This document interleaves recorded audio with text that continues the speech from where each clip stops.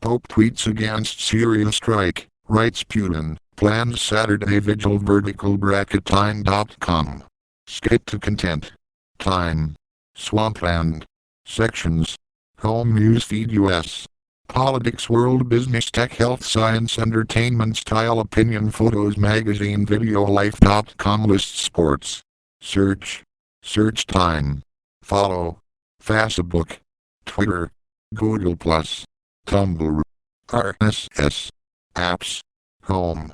2016 election. White House. Congress. Domestic policy. Foreign policy. Photos. Syria. Pope tweets against Syria strike, writes Putin, planned Saturday vigil. By Elizabeth Tioch at ELICABETHJDIASSETT 05-20130.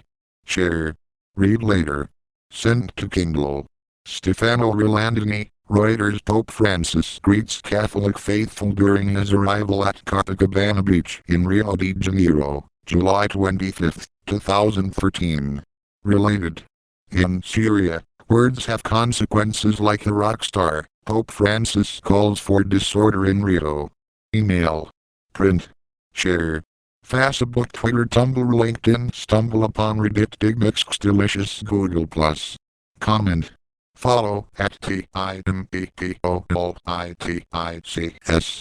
Pope Francis has written a letter to Russian President Vladimir Putin, host of the G20 summit that President Obama is attending, urging world leaders to oppose a military intervention in Syria. To the leaders present, to each and every one, I make a heartfelt appeal for them to help find ways to overcome the conflicting positions and to lay aside the futile pursuit of a military solution, the Pope urged. Rather, let there be a renewed commitment to seek, with courage and determination, a peaceful solution through dialogue and negotiation of the parties, unanimously supported by the international community.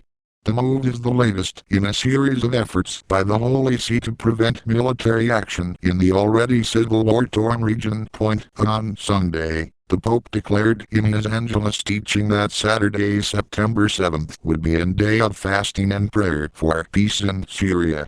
The prayer rally will take place in St. Peter's Square from 7 p.m. to midnight, in the vigil of the birth of Mary, the Queen of Peace.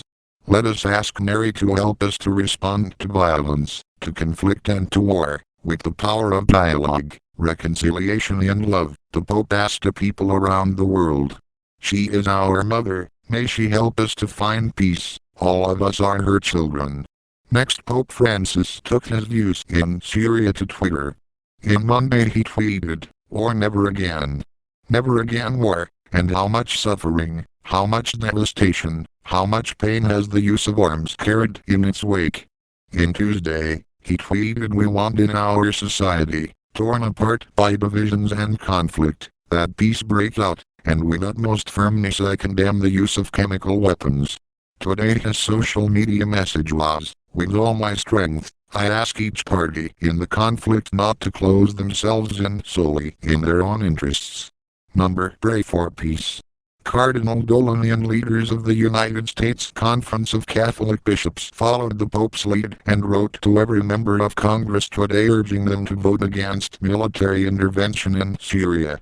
Yesterday the USCB also wrote to President Obama, reminding him that the Pope and Middle Eastern bishops have made it clear that a military attack will be counterproductive, will exacerbate an already deadly situation, and will have unintended negative consequences. Dolan also asked Catholics to urge their representatives in Washington to vote against a military strike.